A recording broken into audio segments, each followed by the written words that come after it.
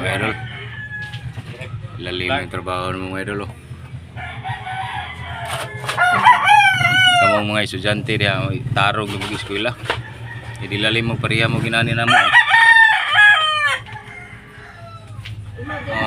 Pa-eskwelahon mo sige ginikanan taon. Tarong tinarong gid mo. Pero dili mo pariha na mo ang inani. Trabaho nga puting kapuya. Awaring kauban no. Pa-eskwelahon ni sa una, sigir magpamiyabas. Awa karon. Di purting mahaya. Kita kamo tarong gid mo. Mga estudyante diha. Mayo tanig utok ng tawhana kani. Pero di lagi pod mo kano so sa klase. Sig pamiyabas.